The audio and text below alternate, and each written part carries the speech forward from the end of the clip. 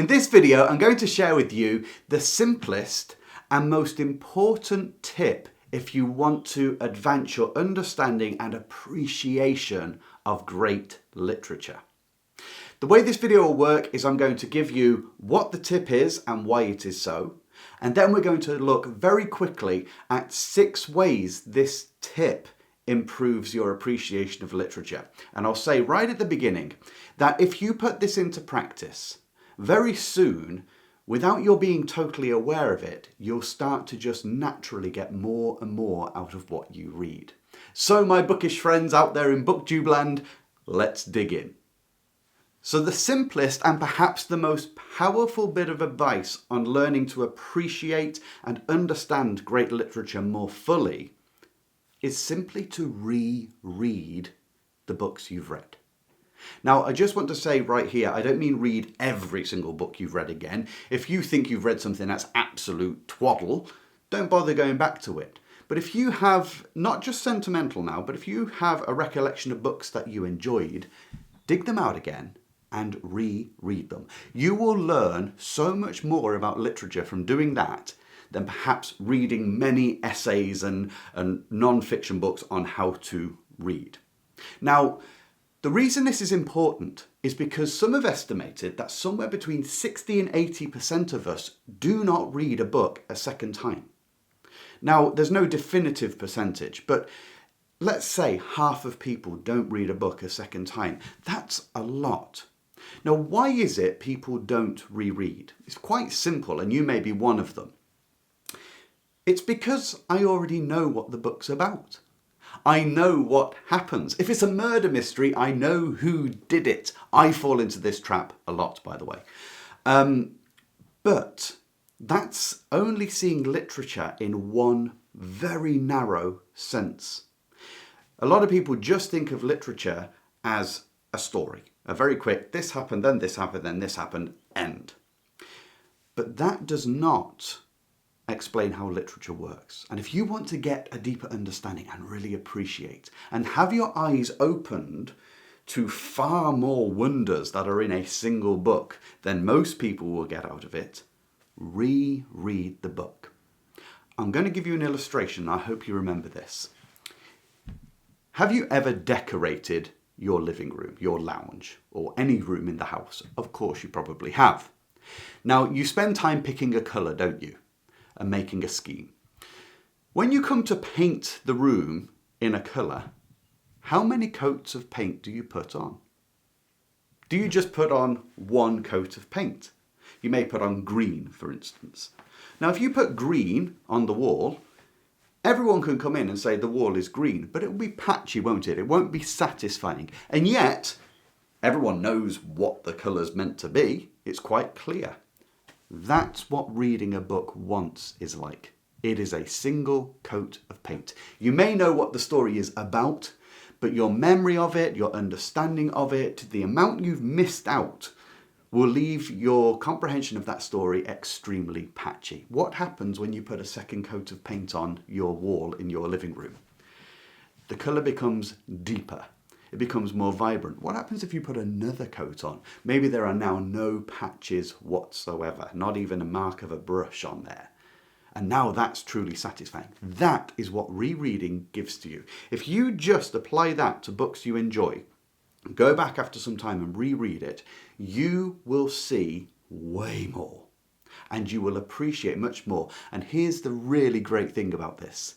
You don't need any technical nous or any intellectual ability to grow in your appreciation of literature. If you just do this one thing, it will naturally begin to happen without you knowing. So that's the tip, but I want to share with you now 6 ways in which rereading a book really helps you appreciate literature, especially the classics, more.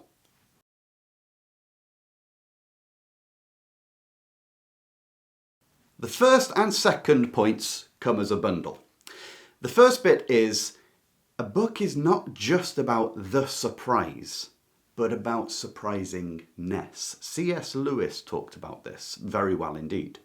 Now, When you first read a book, you may get a surprise, the peripeteia. That is the sudden reversal of fortunes. You may have the grand reveal of who committed the murder. You may suddenly see who you thought was good, like Wickham in Pride and Prejudice, turn out to be a terrible bad guy, and Darcy, who everyone dislikes, turns out to be the great hero. Only the first time you read the book will you get the surprise. It's the most sensual reaction. And that's where most people will leave it. And they move off thinking, I know the story, there's no point me rereading it because I know what happens. Patchy paint. That is not a very well painted interior or piece of art in your mind. Rather, we as humans do love the surprisingness, and you reread for that, the surprisingness of something. Have you ever gone on some kind of walk, maybe up a hill, or there's a forest or a track or a stream that you've gone by? Maybe you've gone on holiday to a place and it's breathtaking. Do you ever go again, or do you say, I've seen it? Well, you go again. And despite the fact you know the view, is it still surprising? Is there still an elevation within yourself? A sudden, I can never quite get used to what's about to come, or I delight in what's just about to appear through the forest. You know, if you watch Pride and Prejudice, the BBC version, you see Lizzie Bennet come round the corner and first see Pemberley. How many people replayed that part over and over again? Also, and this is the second point that fits with it, something is normally better when you know what's coming. It's a strange thing about human beings. Children know this instinctively. If you read them a story that they really like and they were surprised by it, the next night, if you're to read them a little story and you ask them which one, what will they always ask for? They'll ask for the one the night before. Read it again. And you see their face. They know what is coming, but they appreciate it even more. The colour is being painted in, getting fuller and fuller. I think about The Office, the American Office, which I particularly enjoy. I find it hilarious. Have you ever sat with a programme you love with someone who's watching it for the first time and you're very excited about them getting the most out of it? You know, you tell people to shh, watch this, if they're busy chatting, because you don't want them to miss it. You appreciate it so much, so deeply. And how much do you still laugh at things? I laugh all the time at The Office. I can't tell you how many times I've watched it, and I still find it hilarious. And I know what's coming, and strangely, I'm prepared and seem to enjoy it even more. Why would we do something different with books? Reread. It will paint multiple layers of colour onto your canvas or onto your wall, and you will appreciate it far, far more.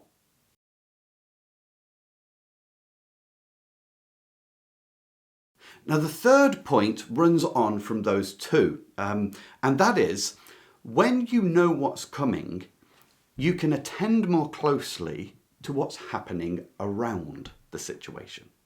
When you first read, the mind's focus is on keeping the characters' names, their relations to each other, what's happening, the sequence of events in time, plot, the main blocks of scenes that are set out. And your attention is on how the story moves so that it makes sense. When you come back to it, you already have that idea in your mind. Now, as you walk through the book again, you get more familiar with the terrain and it becomes clearer. But as events begin building, you have, say in a romance, you have series of crises that turn up. Or in a love story, you have the various meetings of the people who are going to fall in love. Because you know the story, you can step back and see even more. You see a gesture, you see a look, you hear the intonation of a voice. You notice more in the horizon before the bad guys turn up or the invading army comes over the brow of the hill. You get a sense of the weather, you get a sense of the colours that are about you and everything else. An author sees things so clearly and puts so much effort into writing that when you go through a second time, you will pick up more. Now, the reason this makes you a better reader, more appreciative, is you begin to notice how a story is constructed, how effects are brought about without consciously doing it. And you begin to appreciate, oh, I really enjoyed that. And then you begin to see it in other books. Do you see how unwittingly you're developing your understanding of great literature? So that was the third point. When you reread, you're able to attend more closely to the lead up and surroundings, smaller details of the main events. And the more you reread, the further that extends. Could I just say that if you're enjoying this video, would you take the time please to hit the like button? Many people just simply forget, but when you press the like button, which takes 1 second, it makes a massive amount of difference to me in promoting this video across YouTube. Also, if you would like to support this channel and would like access to exclusive content, consider going to the link below to my Patreon community, or you can just make a simple £3 donation on my Buy Me a Coffee page. The link's also down below. I really, really appreciate all the help that you give me. You have been tremendous on this, and I thank you with all my heart. Anyway, back to our video.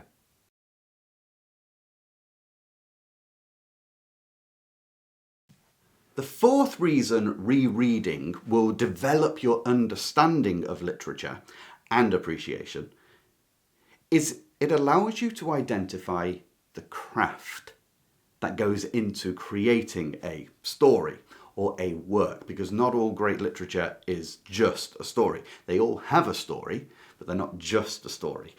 And this is the part that comes into craft. I want you to think of craft like this. You could keep some personal belongings in a little plastic tub, okay? Clear plastic tub, very utilitarian, it serves its purpose. Or you could keep your belongings, and maybe it's letters from a loved one, whatever, in a beautiful carved wooden box with a beautiful golden or silver lock clasp with a little key that you put in it. Which one would you prefer? Because they do the same thing, by the way. They store things. Why do we like the wooden box with all this? And it may have engravings on it, etc. You can get even more ornamental. Why do we like that? We appreciate the craft. We appreciate its beauty. And when we talk about craft, we're talking about aesthetic value. So when you reread, you get a greater sense of the aesthetic value. Now, the importance of aesthetics, which is for a whole different video, is basically this. Aesthetics, that is the artistry of something and its beauty, develops the nobility of something, the sense of awe and splendour, something higher, something ennobled, something dignified. When you have something that's without the aesthetic, you tend to focus only on the sensual. So that's why you'll talk about refined dress and gaudy dress. Gaudy appeals just purely to the sensual. Refined tends to take the human figure, maybe, to its most elevated potential. The same is true when you begin to reread. You don't just see the story. You don't just see your favourite bits. You start seeing how they've been crafted. It's like a person who works with wood noticing the ingenuity of a particular use of a joint by a master craftsman. Or if you're an engineer or know someone, that if you've got a problem and then you see how someone solves it, maybe with a really simple mechanism, you think, oh, the ingenuity. Your appreciation goes right up because of that. So when you reread, because you're able to attend more closely, you begin to see the craft. Now, an example of this, in my Patreon community, we are reading this month a murder mystery, a classic murder mystery, The Honjin Murders. Now, I've read it before, so I've read it again twice this month, after reading it once before. My appreciation for that book has really gone up because I've noticed the craft that's gone into coming to the conclusion. I've noticed totally insignificant, innocuous remarks that you just skip by when first reading because you're looking at the story. But you go back and you think, wow, the author was dropping that in there to lead you to think a certain way, misdirection. They've dropped this in there because that will explain later why a person behaves the way they do, which may seem unreasonable to us, but actually it's not because it's previously been laid in the story. And as the craft, you see the details and the effort that's gone in, your appreciation for it goes up. And when you do this with good literature, it enables you to begin to understand why other books don't seem very good, because they don't have the craft. Now that leads us on to our fifth point.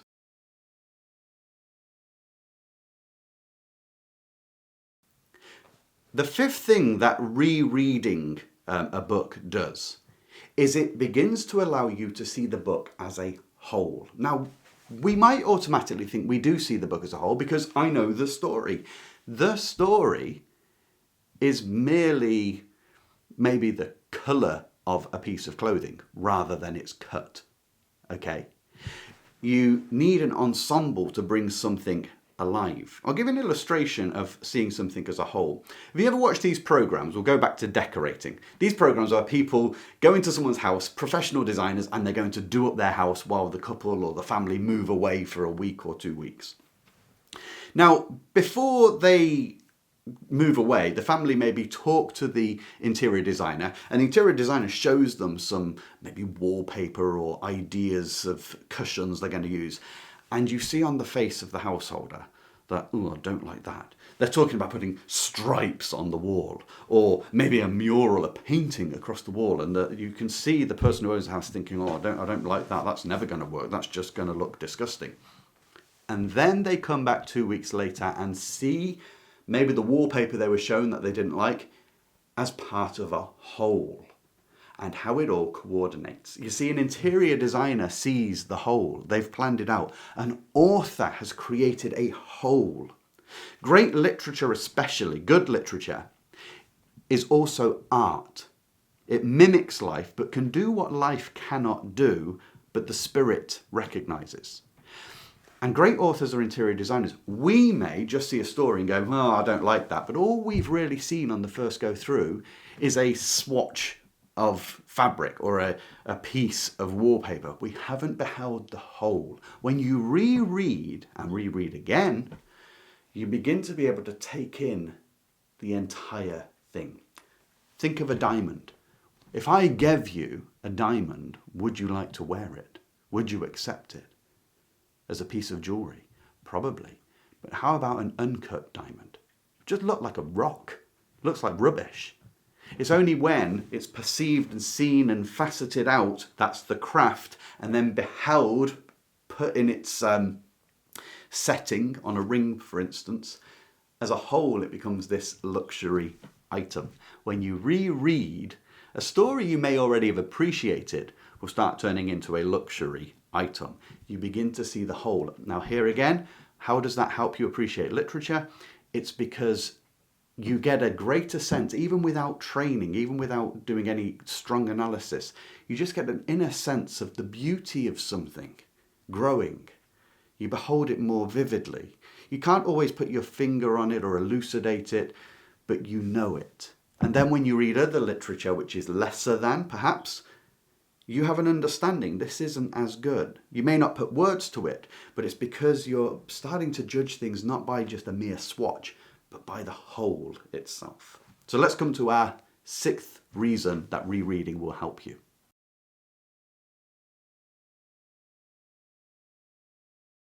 The sixth reason for rereading, especially classic works and great literature, is because it gives you a deeper understanding in your own personal thoughts, a deeper comprehension of rational thinking.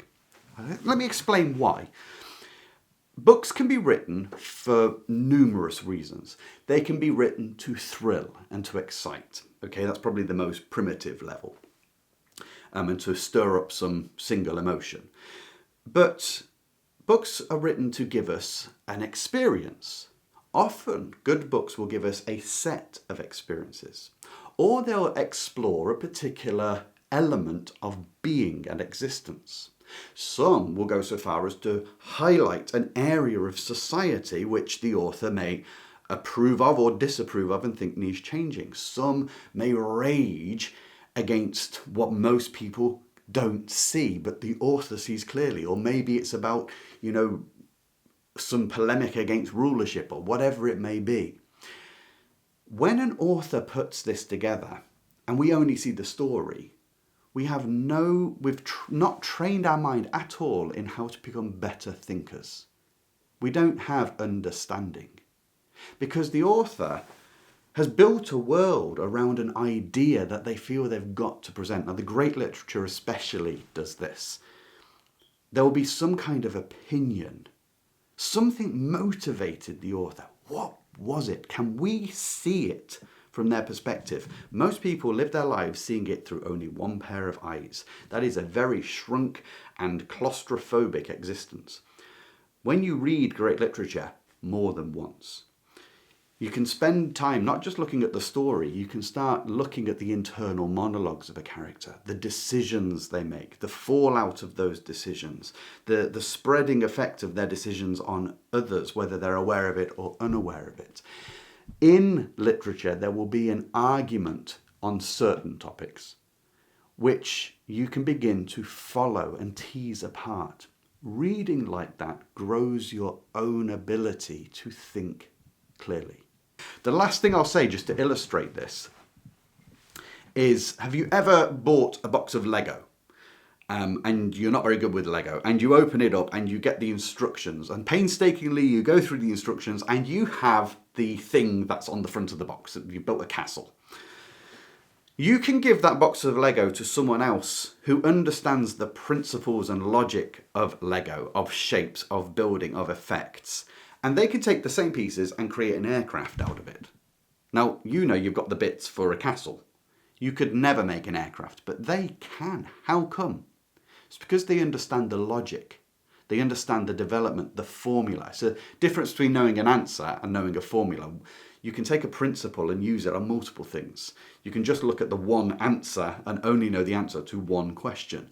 Same with literature. If you just go, oh, I know the story, I'm finished, you're not capable of developing bigger thoughts out of some great thinking, which if we went back and went beyond the story, it would transform the way we approach our life, the way we rush in and state our case or not, or ability to see it a different way.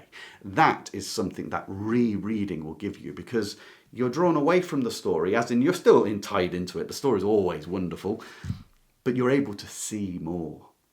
And you're able to think more deeply about it. I hope that you've enjoyed this video about the simplest and most powerful tip you can use to understand and appreciate literature more. But there's just one little thing before we finish, and that is something else that is said about rereading. Some say, well, there's so many books to read, I don't want to limit myself. Therefore, you're being very limited if you go back and reread something. You should keep pushing on to more and more. No. Think of it like the painting in your room. Would you say, well, I'm only putting one coat of paint on because in 6 months' time I'm going to try a different colour, and then there's another colour, and there's a whole colour chart that I've got to get through, so I won't put two coats on? Of course not. That would be absurd. The thing about literature is those who say go and read a new one, only think of literature as a story, and that is the most fundamental level. Great literature are works of art, and it takes a lot of contemplation to really drink it in, and that requires rereading. So leave me in the comments one book you are going to reread this year that you enjoyed the first time you read it. Until the next time, I wish you joy in whatever you read.